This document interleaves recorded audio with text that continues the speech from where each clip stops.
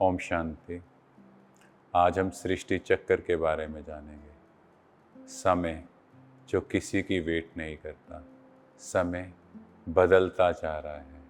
जैसे हम सब भी पैदा हुए, बड़े हुए, वृद्ध हुए, फिर शरीर छोड़ा, फिर से दूसरा जन्म लिया, वैसे ही दिन और रात का साइकिल, ऐसे ही मौसम भी बदलते जा रहे हैं।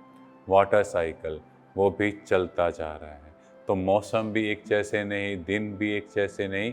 वैसे ही अगर हम अपने आप से बात करें, हम भी तो वैसे नहीं हैं। पहले कैसे दिखते थे, फिर विद टाइम चेंज होते गए। ऐसे ही कैलेंडर सिस्टम, जो इंग्लिश कैलेंडर है वो सन पे बेस्ड है, जो 365 डेज़ का है। जो हिंदू कैलेंडर है वो मून पे बेस्ड है, वो 354 डेज़ का है। तो इस तरह 3 साल बाद हिंदू कैलेंडर सिस्टम के हिसाब से पुरुषोत्तम मास आता है, क्योंकि अगर हम देखें तो 3 साल में जो डिफरेंस है वो 33 डेज़ का है। तो इस तरह से हर जगह के हिसाब से कुछ ना कुछ सिस्टम बने हुए हैं, कुछ रिचुअल्स फॉलो हो रहे हैं। ऐसे ही हमने गीता के बारे में सुना, कुछ लाइंस कई जगह लिखी होती हैं जिसमें कहा जाता है, जो हुआ अच्छा हुआ, जो होगा अच्छा होगा, हर सीन कल्याणकारी है, तुम क्या लेकर आए थे, क्या लेकर जाओगे। ये हम सब ने सुना, पर हम अपने आप से पूछें, क्या हमने अपनी लाइफ में इसे अप्लाई किया? बिकॉज सुनना अलग चीज़ है, apply that is more important. अभी हम एक कहानी सुनेंगे, एक राजा और उसके मंत्री की। एक बार एक राजा, ऐसे ही मन हुआ कि चलो आज एप्पल काटते हैं। तो जैसे ही वो काटने लगा तो गलती से नाइफ से उसकी फिंगर कट गई, और इतने में उसके मंत्री ने बोला, जो हुआ अच्छा हुआ। राजा को गुस्सा आ गया, उसने मंत्री को जेल में डाल दिया। जब वो शिकार पर गया तो रास्ते में वो रेस्ट के लिए कहीं रुका, और वहीं उसकी आंख लग गई, और जब वो उठा तो देखा आदिवासियों ने उसे उठाया हुआ था और उसकी बलि देने की तैयारी हो रही थी। तो जैसे ही उसकी बलि देने लगे तो उनमें से एक चिल्लाया, अरे इसका तो शरीर पूरा नहीं है, इसकी तो एक फिंगर कटी हुई है, और बलि सिर्फ जिसका शरीर कंप्लीट हो उसी की दी जा सकती है। तो राजा को आज़ाद कर दिया गया।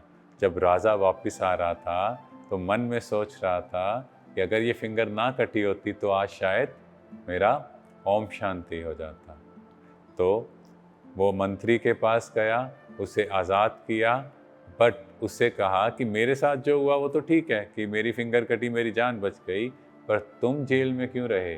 तो मंत्री ने कहा, हे राजन, अगर मैं तुम्हारे साथ होता, तुम्हारा तो शरीर इनकम्प्लीट था, मेरा तो कंप्लीट था, तो फिर वो मेरी बलि दे देते, माना जो हुआ अच्छा हुआ। अब हम सब घर में स्वास्तिक का ये सिंबल बनाते हैं, जिसको कई लोग गणेश जी का कहते हैं, जिसमें अगर देखा जाए तो चारों युग इक्वली रिप्रेजेंट किए गए हैं। स्वास्तिक, सु अस्ति, माना हर मोमेंट बेनिफिशियल है। अब इसमें 4 इक्वल पार्ट्स क्यों हैं? ये चारों युगों को रिप्रेजेंट करता है कि वो इक्वल ड्यूरेशन के होते हैं। और देखा जाए तो ये सब स्थिति सूचक है, माना स्वयं की स्थिति, स्वयं की जो मेंटालिटी है वो भी तो इससे पता लगती है। जैसे हम देखें तो शुरू के फेस में इस तरह हाथ है सतयुग, फिर हमारा इस तरह हाथ हुआ त्रेता, उसके बाद हम द्वापर, माना मांगना, और कलयुग में तो जैसे जो कुछ आपका है वो सब कुछ मुझे चाहिए। तो इस तरह ये 4 युगों को रिप्रेजेंट कर रहा है।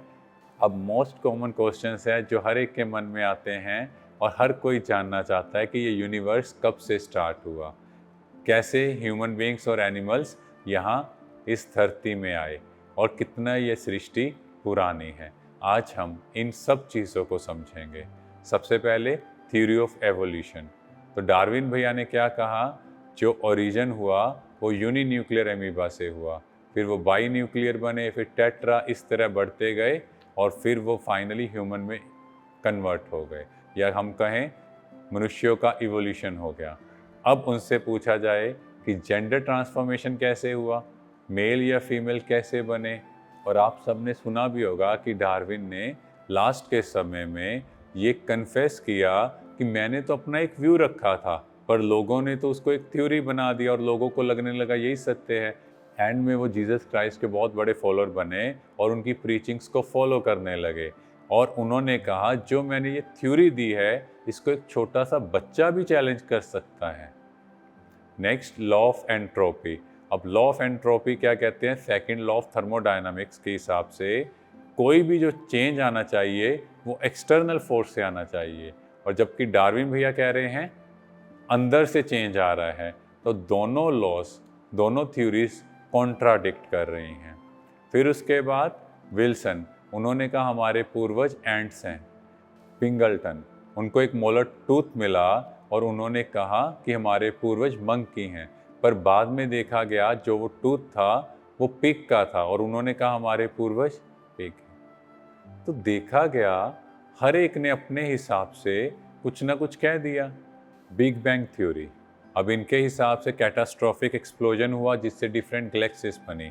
इसी तरह पैस्चर ने प्रूव किया कि जो इवोल्यूशन है, या हम बात करें जो फ्लाइस हैं, वो अपने आप नहीं पैदा हो रही। जैसे पहले कहा गया था जहाँ कूड़ा करकट होगा वहाँ से फ्लाइस पैदा होती हैं, पर उन्होंने देखा कि वहाँ पर कूड़ा करकट जो जगह है वहाँ पर एग्स ले डाउन होते हैं और उन्हीं से ये मक्खी, मच्छर या कुछ भी है जैसे ऐसे जीव हैं वहाँ से पैदा होते हैं। बट वो स्पॉन्टेनियस जनरेशन नहीं है, अपने आप नहीं है, वहाँ एग्स के थ्रू है।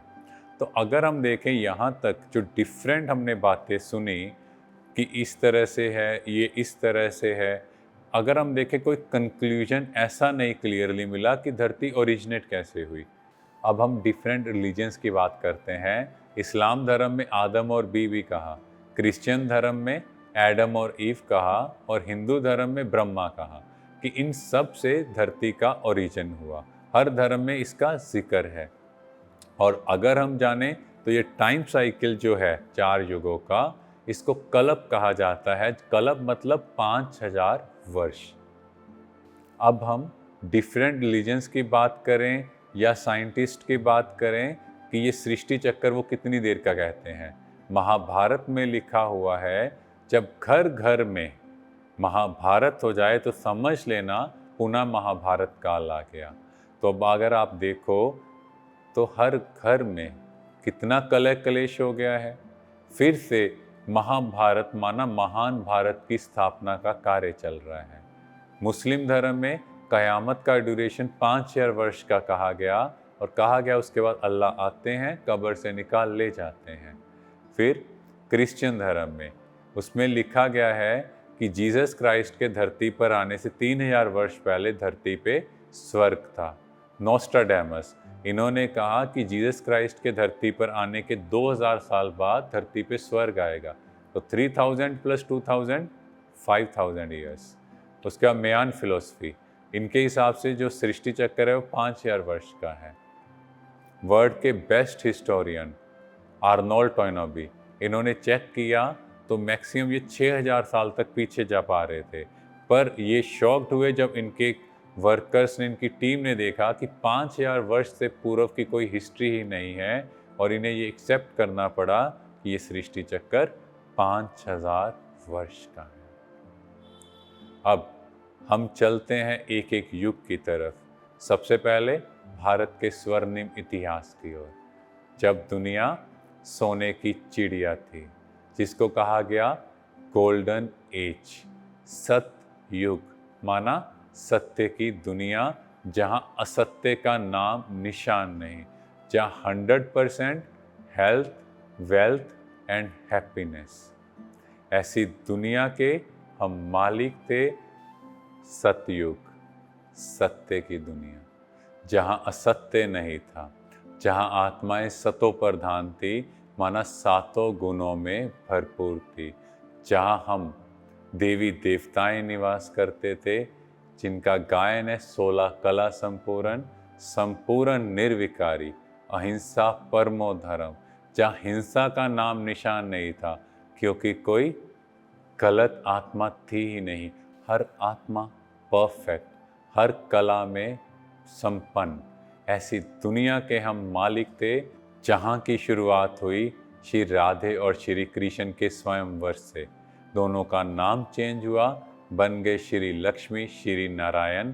वहाँ से स्वर्णिम दुनिया की बिगनिंग हुई। सतयुग, सत्य नारायण की कथा। ये है वो सत्य नारायण की कथा जो सत्य नारायण थे, जो सत्य का साथ देने वाले थे। जहाँ पर कोई हॉस्पिटल, कोई डॉक्टर, कोई वकील, कोई जेल नहीं थी। हर आत्मा परफेक्ट होने की वजह से कुछ गलती ही नहीं कर रही थी। हर एक का आपस में बहुत प्रेम था, जिसका गायन है शेर और बकरी एक जगह पर जल पीते थे। जहाँ दूध की नदियाँ बहती थी, माना हर चीज़ भरपूर थी। यहाँ पर हमारे होंगे 8 जन्म। तो 1250 वर्ष का ये युग और इसमें होंगे 8 जन्म। तो देखा जाए हमारी एवरेज एज है 150 वर्ष। शुरू की संख्या है 9 लाख और सतयुग के एंड तक हमारी पॉपुलेशन होगी 2 करोड़। पूरा विश्व अखंड भारत होगा। और अभी हम देखें तो जो करंट एक्सिस है अर्थ का वो 23.5 डिग्री है, जिसकी वजह से हमारी परछाई है। पर सतयुग में जो एक्सिस होगा वो 0 डिग्री होगा। पूरा विश्व भारत होगा। और ये कैसे होगा? जो न्यूक्लियर वेपन्स हैं तो इनसे जो हीट प्रोड्यूस होगी वो अराउंड 10,000 डिग्री सेल्सियस होगी। और इस धरती पे कोई भी ऐसी चीज़ नहीं जो 3000 डिग्री से ऊपर की हीट टॉलरेट कर पाए। तो अगर आप देखो तो हर चीज़ जो दुनिया में दिखाई दे रही है ये मेल्ट हो जाएगी। और ये थोड़ा सॉलिड फॉर्म में तो आएगी पर थोड़ी नरम होगी।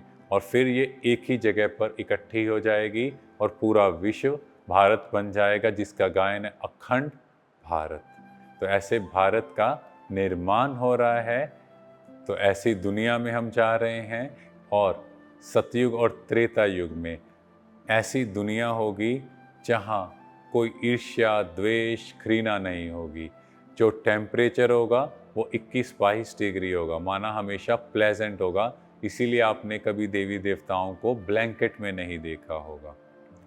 फिर हम चलते हैं थोड़ा सा नीचे, त्रेता युग। त्रेता माना जहाँ त्रुटि आ गई, थोड़ी कमी आ गई। आत्मा 16 कला से 14 कला रह गई। जहाँ की स्टार्टिंग होगी श्री राम श्री सीता से। और गायन है राम नवमी, माना 9वीं पीढ़ी श्री राम हुए। श्री राम चंद्रवंशी थे और गायन है उनके पूर्वज सूर्यवंशी थे। तो 8 पीढ़ी सूर्यवंशी की, 9वीं पीढ़ी श्री राम की। यहाँ से स्टार्ट हुई। यहाँ पर हमारे 12 जन्म होंगे। सतयुग में 8, उनका गायन है जन्माष्टमी। और यहाँ पे 12 जन्म, टोटल हो गए 20। तो यहाँ पे हमारी कलाएं 14 हैं। पर हम संपूर्ण निर्विकारी हैं, अहिंसा परमो धर्म में सब कुछ है। पर आत्मा थोड़ी सी सतो प्रधान से सतो थोड़ी सी बैटरी कम हुई। यहाँ की पॉपुलेशन है 2 करोड़ और एंड तक पहुँच जाएंगे 33 करोड़। इसीलिए गायन है 33 करोड़ देवी देवताएं। ये यहाँ का ही गायन है। भारत सोने की चिड़िया यहाँ तक ही था। इसके बाद हम दूसरे फेज की ओर आए, क्योंकि सतयुग में इस तरह, त्रेता में देने वाले। अब हम दूसरी तरफ, माना धरती का नेक्स्ट फेज, जहाँ पर हम मांगने वाले संस्कार लेकर आए। अब इस युग को कहा जाता है द्वापर युग, कॉपर एज, जहाँ से भक्ति की स्टार्टिंग हुई। द्वापर, 2 पुर, जहाँ धर्म सत्ता और राज्य सत्ता अलग हुए। जहाँ एक तरफ राजा था और साथ में उसने एक धर्म गुरु रखा जो उनको गाइड करेगा कि धर्म क्या कहता है।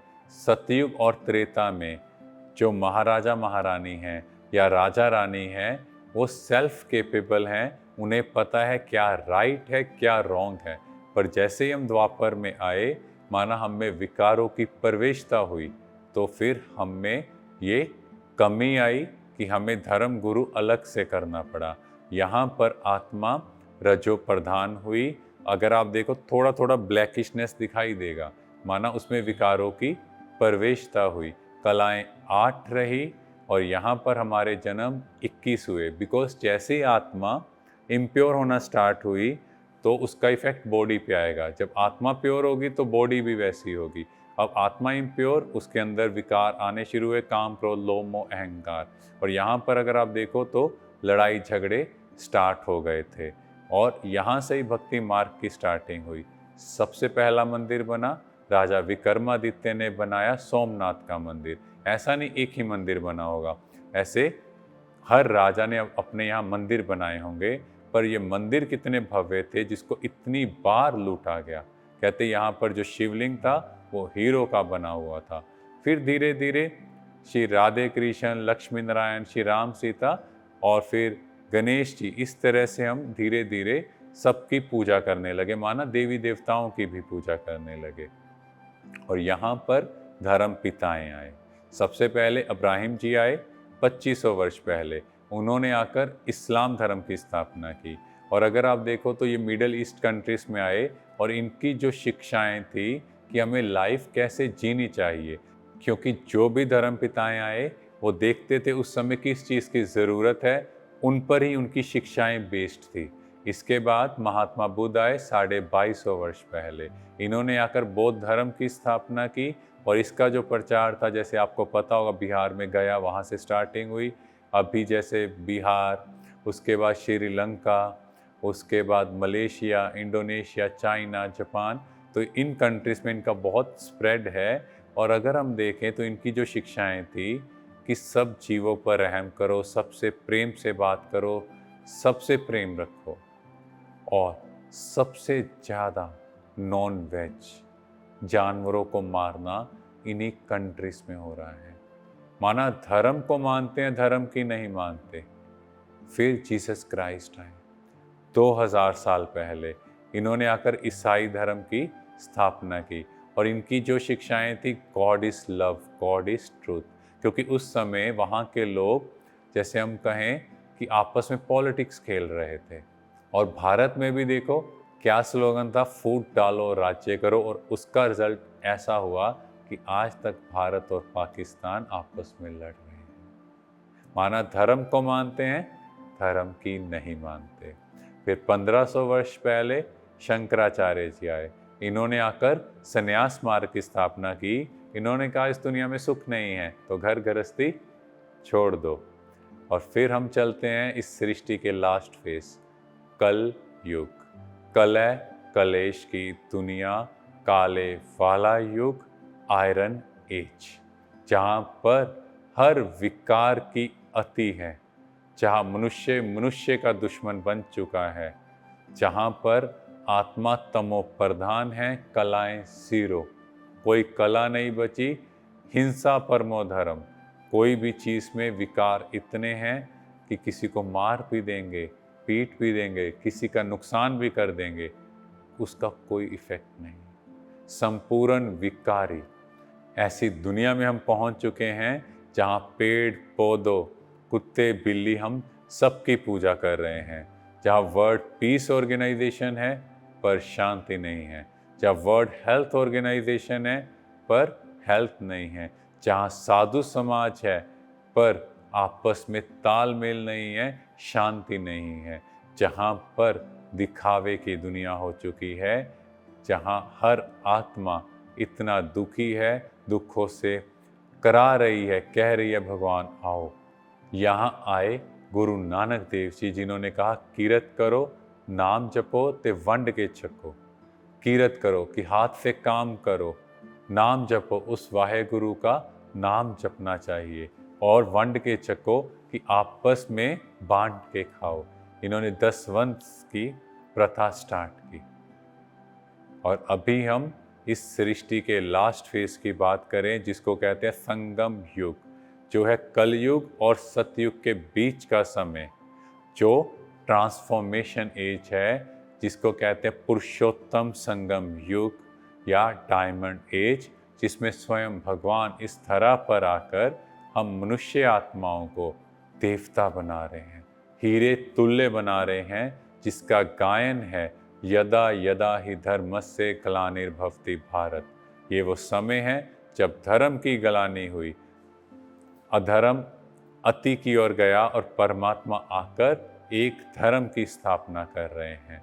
तो हम सब इस कलयुगी दुनिया में चल रहे हैं, अब आकर अपने अंदर के विकारों को इस यज्ञ में स्वाहा करे। ये यज्ञ क्या है? इस पूरे सृष्टि में भगवान द्वारा स्थापित किया हुआ, माना अपनी कमी कमजोरियां उस परमात्मा को दे दें तो उससे हम देवता बन जाएंगे, जिसका गुरबानी में जिक्र है, मनुष्य से देवता किए करत न लागी वार। तो ये वो ड्रामा है जो चल रहा है, तो हम सब इसमें एक्टर्स हैं। हम सबको अपना बेस्ट रोल प्ले करना है और याद रखना है ये 5 वर्ष का साइकिल वैसे ही हूबहू रिपीट हो रहा है। जो हो रहा है परफेक्ट, नथिंग न्यू। कोई भी बात आए, सिचुएशन आई, पुट अ फुल स्टॉप, बिंदी लगाओ, बिकॉज जो मेरे साथ आज हुआ वो मेरे पास्ट का कार्मिक अकाउंट, और जो मैं आज उस पर रिएक्ट कर रहा हूँ कहीं ना कहीं मेरे साथ वो 5 वर्ष बाद भी होगा। तो मैं एक तरह से एक ऐसी डीवीडी बना रहा हूँ, एक ऐसी मूवी बना रहा हूँ जिसको मैं खुद नहीं पसंद कर रहा हूँ। तो आज एक ऐसा रोल प्ले करना स्टार्ट करें कि जिस मूवी को अगर हम देखें तो हमें भी मज़ा आए। तो इसको हैप्पी एंडिंग कहें। अभी आपका क्वेश्चन आंसर राउंड है। थोड़ा सा जो हमने जाना सुना उसको रिवाइज करते हैं। आत्मा प्योरेस्ट कब होगी?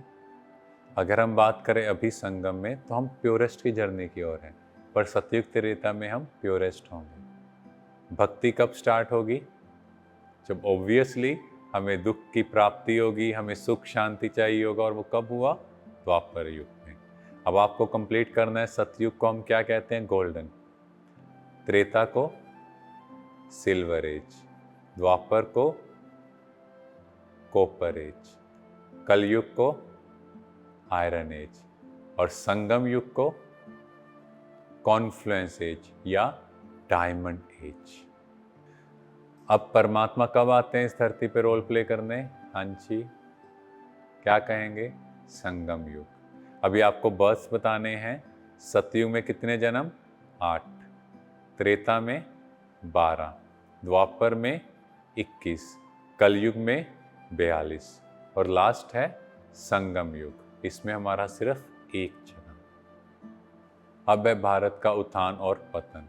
हम क्या थे और धीरे धीरे हम इस तरह गिरते गए, और हम इस तरह से हमने मांगना स्टार्ट किया, और अभी हम गिर चुके हैं।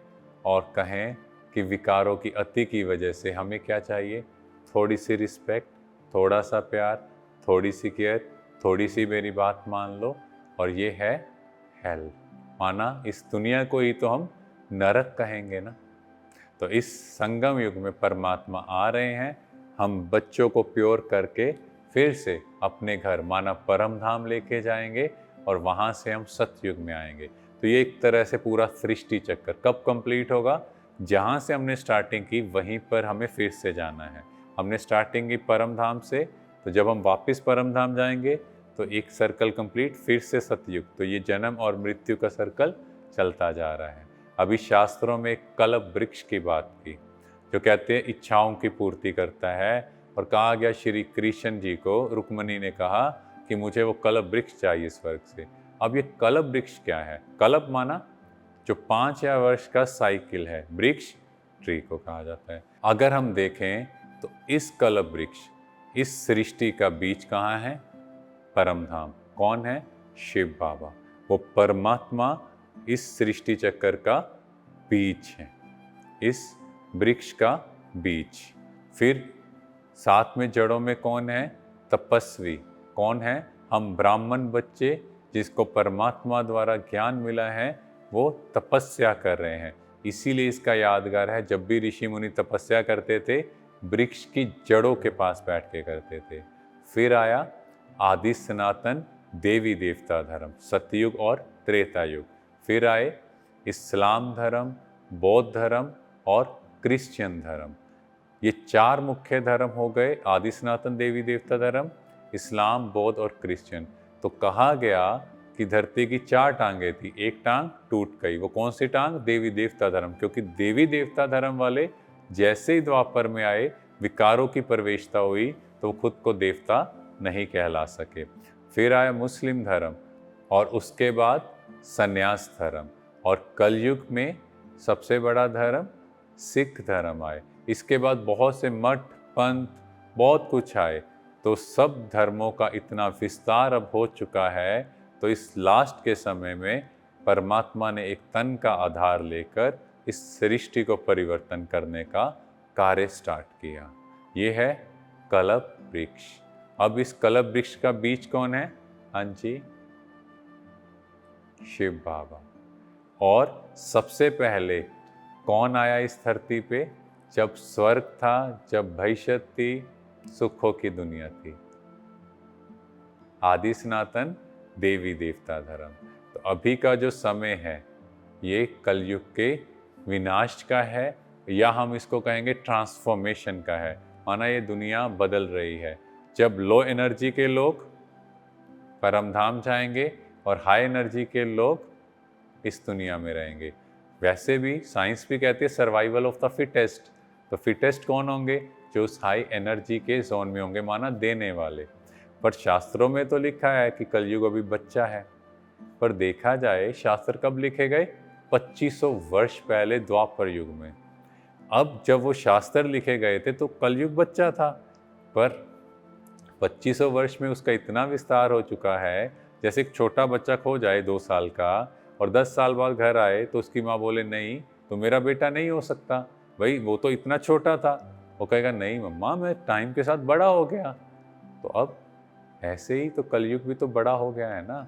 और अगर आप देखो तो 5 विकार अभी बचा क्या है? हर चीज़ अति में जा चुकी है। लोग इतने परेशान हैं और रिसर्च कह रही है around 25% of the people are suffering from depression. इतने हेल्थ इश्यूज आ चुके हैं, तो अभी और क्या रह गया देखने को? ये दुनिया ट्रांसफॉर्मेशन की तरफ है, कुंभकर्ण की नींद में सोई हुई है। कुंभ की तरह, माना कहते हैं जो मटका होता है ना, तो उसके अंदर अगर पानी डालो तो आवाज़ करता है पर समझ नहीं आता। तो ऐसे ही हम सबको मैसेज दे रहे हैं कि भगवान आ चुका है, सृष्टि बदल रही है, पर वो कहता नहीं नहीं भाई, अभी तो मुझे सोने दो। और ये पूरी दुनिया ही रावण राज्य है। रावण माना 5 विकार पुरुष, 5 स्त्री में 10 सिर हो गए। और वो कहते भाई उसके 10 सिर हैं, अब आप बताओ वो बेचारा सोता कैसे होगा? और साइंस में पूछो ब्लड सप्लाई कैसे होती होगी, कैसे कनेक्ट होंगे? प्रैक्टिकली पॉसिबल है। और वो दिखाया कि उसका एक सिर काटते थे, कुछ टाइम बाद दूसरा आ जाता था। माना हम लोग क्या करते हैं, आज से क्रोध नहीं करना, आज से लोभ नहीं करना, कुछ दिनों बाद फिर से वो वापस आ जाता है। तो फिर विभीषण ने कहा श्री राम जी, इनकी आप नाभि में तीर लगाओ, माना सोल कॉन्शियस। जैसे ही आपको समझ आए आप आत्मा हो तो ये विकार खत्म हो जाएंगे। और इनके सिर पर गधे का ताज। इतना समझदार होके भी बेसिक समझ नहीं। और इस समय पूरी सृष्टि ही रावण राज्य है। दिखाया है कि रावण की जो नगरी थी वो समुद्र के किनारे थी, और देखा जाए पूरा विश्व ही तो सागर के किनारे है। तो आपने सुना होगा अर्थ, बल, बुद्धि और भक्ति। अभी भक्ति देखो कितनी है, कितने कीर्तन, कितने जागरण, कितना मनुष्य उस परमात्मा को याद कर रहे हैं। अर्थ, कितना मनुष्य रिचेस्ट हो चुका है। आप देखो, ऊपर से देखो तो ये दुनिया कैसी दिखाई देगी, रात को देखो तो ये जगमगाती लाइट्स कैसी दिखाई देती हैं। ऐसे ही लग रहा है ना जैसे सोने की लंका थी। और बल कितना शक्तिशाली है। आज का मनुष्य देखो, गुस्सा आए, क्रोध आए तो एक कंट्री दूसरे कंट्री को ख़त्म कर सकता है। और बुद्धि देखो, रावण कहते बहुत इंटेलिजेंट था, ऐसे ही आज के मनुष्य ने क्या क्या बना लिया, कितना कुछ डिस्कवर कर लिया है। तो देखा जाए ये चारों ही चीज़ें, अर्थ, बल, बुद्धि और भक्ति, आज हर जगह है। तो हम भी तो देखें कहीं हम रावण राज्य में ही तो नहीं है। अभी इस चित्र को अगर आप ध्यान से देखो, अगर हम एवरेज एज 60 पकड़ते हैं तो हम सब काम कर रहे हैं, बचपन से लेके लास्ट तक, पढ़ाई, खेलकूद, टीवी, सब कुछ, हर चीज़ में बिजी हैं। पर क्या हम भगवान के लिए, अपने लिए समय निकाल पा रहे हैं? अगर किसी व्यक्ति से पूछा जाए कि आपके पास समय है, तो कहेगा मरने तक का भी फुर्सत नहीं है। तो ये वेकअप कॉल है खुद को सुधारने की, खुद को बदलने की। और जैसा कर्म करेंगे वैसा फल मिलेगा। अभी हम मेडिटेशन करेंगे, सुदर्शन चक्र फिराएंगे। दिखाया श्री कृष्ण जी ने ऐसे सुदर्शन चक्र फिराया तो असुरों का गला कट गया। अब स्वयं का दर्शन करें, हम क्या थे। जब हम इस स्थिति में आएंगे तो ऑटोमेटिकली हमारे नेगेटिव आसुरी संस्कार, जो थॉट्स हैं, नेगेटिव थॉट्स, जो लो एनर्जीज थॉट्स हैं, वो खत्म होते जाएंगे। देखें, मैं चमकता सितारा, परमात्मा से प्रकाश ही प्रकाश मेरे ऊपर।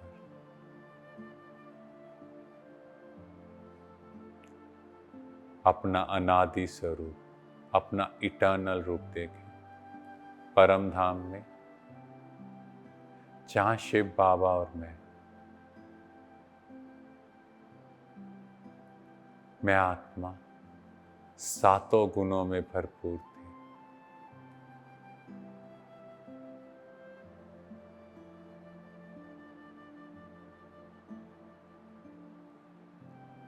वहां से चलते हैं अपने पहले जन्म, सतयुग, देवी देवता रूप, जहां चेहरे पर मुस्कान, दिव्यता, हाथ सदा देने वाली स्थिति में, जहां हमारे कदम वहां फूलों की वर्षा हो रही है। एकदम बेफिक्र बादशाह। अब चलते हैं अपने तीसरे स्वरूप की ओर, पूज्य रूप, जहां मंदिरों में हमारी पूजा हो रही है, भक्त लोग खड़े हैं,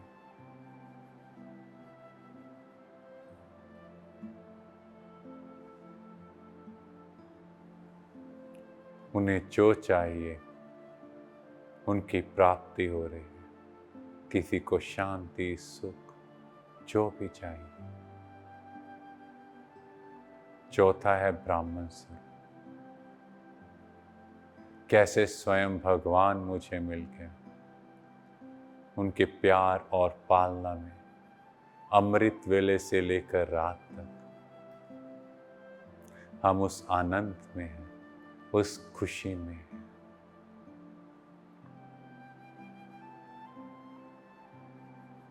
और पांचवा है फरिश्ता रूप,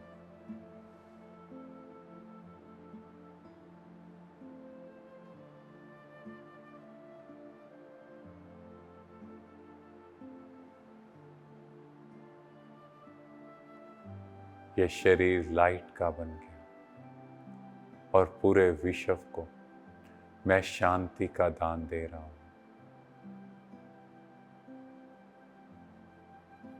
सभी का कल्याण हो, सभी सुखी। यह है हमारे 5 स्वरूपों का अभ्यास। ओम शांति।